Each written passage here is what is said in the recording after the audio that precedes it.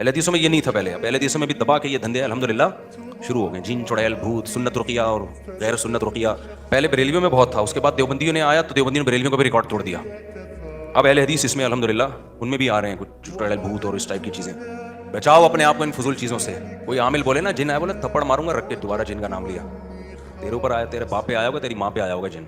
जब तक ये कॉन्फिडेंस नहीं होगा ना, जिन्नात आएंगे। क्योंकि जिन आपका कॉन्फिडेंस देखता है, जो जिसमें कॉन्फिडेंस ही नहीं है उन पर ये चीज़ें असर करती हैं। और 99.9% नफ्सियाती बीमारियां होती हैं। बच्चे को जब आड़ा तिरछा होना शुरू हो जाए ना, उठपटांग बातें कर रहा है, फौरन किसी नफ्सियाती डॉक्टर को दिखा दोगे तो काबू में आ जाएगा। लोग नफ्सियाती डॉक्टर के पास जाने के बजाय आमिल के पास चले जाते हैं। वो केस को बिगाड़ के इतना खराब कर देता है कि डॉक्टर की दस्तरस से मामला निकल जाता है। और बच्चा कह रहा है ना कि मुझे चुड़ैल नजर आ रही है, जिन नजर आ रहा है। भाई जब दिमागी तवाजुन ठीक नहीं होता तो जो चीजें होती नहीं है वो नजर आ रही होती हैं। ये नेचुरल है।